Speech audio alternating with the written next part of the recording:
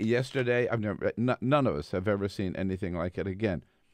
Let's just focus on what happened yesterday. The chief law enforcement officer of the United States, who would still be in that job, except that Donald Trump fired him a month ago, he told the Senate Intelligence Committee and the American people, you cannot trust the President of the United States. His word is no good. He told the American people, the President of the United States has lied to you, lied to the FBI, lied to Congress, that's what he does. He tells lies. He told us that he felt so compelled, by so unsettled, if you will, by meeting Donald Trump. And just the first time that he saw him, he was so uncertain of Donald Trump's character.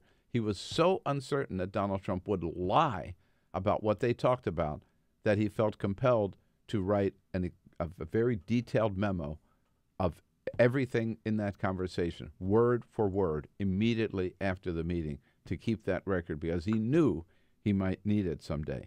He told us yesterday that he was so uncomfortable with Donald Trump and the pressure that Donald Trump was putting on him and the efforts by Donald Trump to destroy any tradition of independence between the President of the United States and the FBI director, which is the way it has always been. He felt so uncomfortable by that he told the Attorney General he never wanted to be alone with the President of the United States ever again.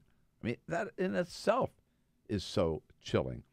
He told us that he believed, because Donald Trump said it, that he was fired, not because, as we were originally told, Donald Trump thought that he was mean to Hillary Clinton last year. No, he believes he was fired. Donald Trump said it. He takes Donald Trump at his word because he would not drop the FBI investigation. And finally, James Comey admitted, that he gave his memos. After Donald Trump called him a nut job, after Donald Trump says he better be careful because we got tapes of these meetings, James Comey admitted he gave copies of his own personal memos, not government documents, his personal memos, through a friend to the New York Times because he wanted to get the truth out, knowing that Donald Trump was lying about those meetings. He wanted to get the truth out, and he believed it would lead to the appointment of a special prosecutor, which it did. Bottom line here, and I think here are the two big takeaways. No matter all this talk, no matter what you hear, two big takeaways from yesterday's Senate Intelligence Committee hearing. Number one, there's a total shift now in this investigation. The main subject is no longer did people around Donald Trump during the transition or during the campaign collude with the Russian government to try to influence the outcome of the election. That's still a big issue. It's still a big story. It's still a big question mark. I think they did. But that's where the investigation started. Now the investigation has shifted from did Trump team collude with Russians to did Donald Trump obstruct justice. It's gone from collusion to obstruction, and that is bad news for Donald Trump. That means that this is going to continue for months, if not years, before this is all cleared up. Number one takeaway, obstruction from collusion to obstruction. And as part of that, number two takeaway is, listen to this. This is so important. We learned yesterday, we know now, that the president, who was not subject of investigation, Comey told him that 3 times, he was not subject of the investigation back then. Now he is. The president of the United States is under investigation by the special prosecutor. And the question is, did he obstruct justice? Is he guilty of obstructing justice? It's up to the Congress what happens if special counsel Robert Mueller comes to that conclusion. But that's what he is investigating. Now, that is huge. And I would say this right now. So anybody that you hear, any of these dumbass commentators that you see on cable television, or anybody like these dumbass Republicans in Congress like Paul Ryan or Mitch McConnell or John McCain or Lindsey Graham, who come out, as they did yesterday, and said, oh, this was actually a good day for Donald Trump. Anybody who tells you that it was a good day for Donald Trump, that he is now under investigation for obstructing justice, anybody who tells you that's a good day for Donald Trump is an idiot.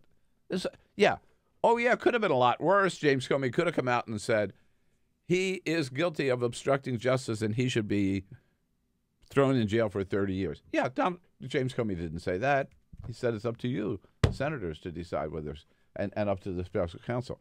But the fact that it could have been a lot worse doesn't make it good for Donald Trump. Again, the whole subject of the investigation has gone from collusion to obstruction, and he is now the target of the investigation. How can you possibly say that's good for Donald Trump? Unless you're on his payroll, which Mark Kasowitz, of course, is, and he said that yesterday, and so did Sarah Sanders. My only fear in this, I agree with you. I think it was a very bad day for Donald Trump in the public eye, right? Like, I think you look at what Comey did, it's hard to say that Comey is some sort of a partisan hack or is trying to pick a fight or anything like that. But we're now again at a point where what's going to stop Trump? What's going to get in the way of Trump? And as Comey even said, that's up to you, the senators, to find this out. And we got a taste of what the senators are going to do. Like, you looked at Marco Rubio and Jim Risch, this other senator, who questioned him, and they were all carrying water for him. Paul Ryan said, oh, he's just new to the job, and these are things that he doesn't. And so he still has his defenders, amazingly. Remarkably, they're still out there defending him. Yeah, and answer your question, what's going to stop him? Only two things are going to stop him. One, the American people are going to stop him in 2018 by taking away control of the House and the Senate from the Republican Party, putting Democrats back in charge. Or before then, Republicans are going to stop him. If they're smart, they will. I'm not talking about impeachment. I don't expect them to impeach him before, but they'll better realize that he's taken them down with him. And those rats had better get off the sinking ship and say, no, we can't go there. You wonder what's going to take. Maybe it'll take Robert Mueller saying, yes, this is obstruction of justice.